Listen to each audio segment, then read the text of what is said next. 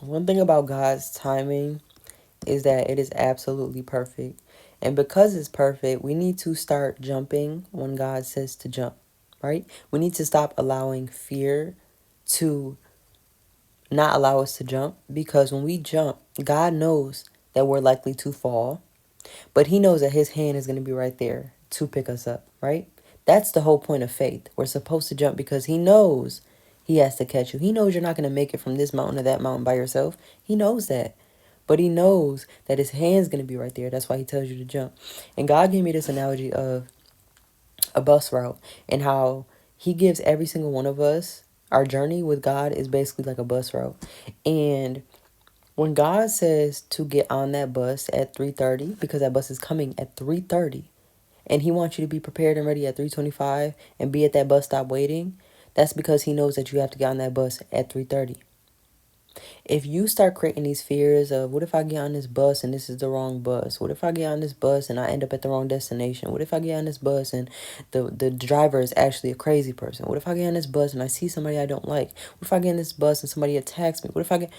You create all these fears, you're going to miss your bus stop. That bus is only going to wait so long, right?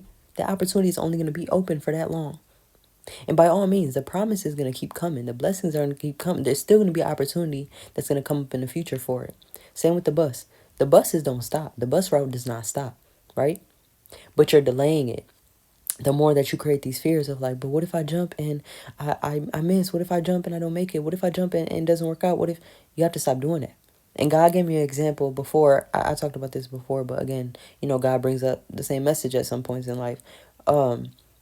He brought up the example of, if you're in an abusive relationship and God tells you He wants you to get out of this relationship, He's not going to tell you every single day, today's the day, today's the day, today's the day, today's the day.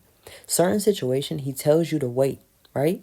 He tells you to wait. And that doesn't mean He's telling you to be in this situation forever, or that you have to settle and be with this abusive person. He's telling you to wait because He knows the caution in you trying to leave whenever you want to. If somebody is abusive, and this is just an example, if somebody is abusive, they pay attention to your body language. They pay attention to your patterns. They know if you're about to leave them, right? If God knows the perfect timing for you to get out of that situation, let's just say this person happens to leave the house at exactly 3:30 to go to Walmart, to stop at a store, to do something. He knows that is your perfect time to then leave that relationship and get out of that house. So He's going to tell you at a specific time. He's not going to tell you every single day, yep, leave today, leave today, leave today, leave today. Every situation is not going to be that easy. So when He says, leave today, do it now. Now. Today's the day, right? He's giving you the opportunity. He's not rushing you, but He's saying, this is the opportunity for you to leave. By all means, there's going to be another opportunity. But the more that you delay it, you're just delaying it further and further and further. You're delaying your escape. You're delaying your help. The help that God is giving you. You're delaying your bus. Like, you're not getting on the bus, and now you have to wait for the next bus. So when God is telling you to make a certain move, a certain business move, or a certain, let's just say He's telling you to move away, He might tell you do not move away in December, right? He might tell you wait till February, because He knows maybe February there's certain low rates that are better for you, or the house that you wanted will be available in February and not December. He knows the perfect timing for everything.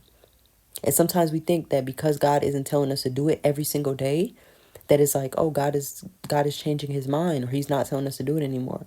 If God is saying, do not do it in December, it's because He knows that February is better.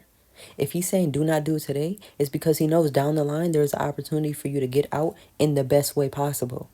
And God is that type of God, of the best way possible. He doesn't want you to get out in your way of doing it, or trying to figure out, all right, maybe if I miss this bus, I could probably walk to the next bus stop. I could probably try to run there. I could stop trying to figure it out.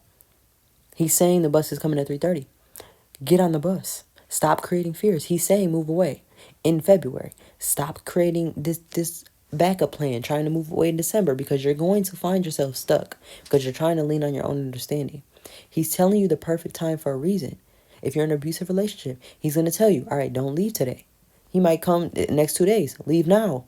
And you're like, God, you just told me not to leave. It wasn't the right timing. God isn't changing His mind. He's telling you when to do it. So when He says jump, it is very crucial to jump when He says jump. He knows by all means you are not going to make it from this mountain to that mountain. He knows you're not going to be able to do that. You're only human. But he knows that if you jump out on faith, he's going to be there to catch you, to bring you to that next mountain. So I don't need to hear that, but when God says jump, you have to jump. And he's going to prepare you for that. It's not that he's going to make you jump and you have no preparation. No, he prepared you for this moment for a reason. So when he says jump, when he says make that decision, make that decision. Don't wait, because now you're delaying it. Now you have to wait for another whole cycle to go through just for God to have that same calling months later or a year later. Do it when he says to do it, so that you don't delay your blessing, so you don't delay your escape, your help.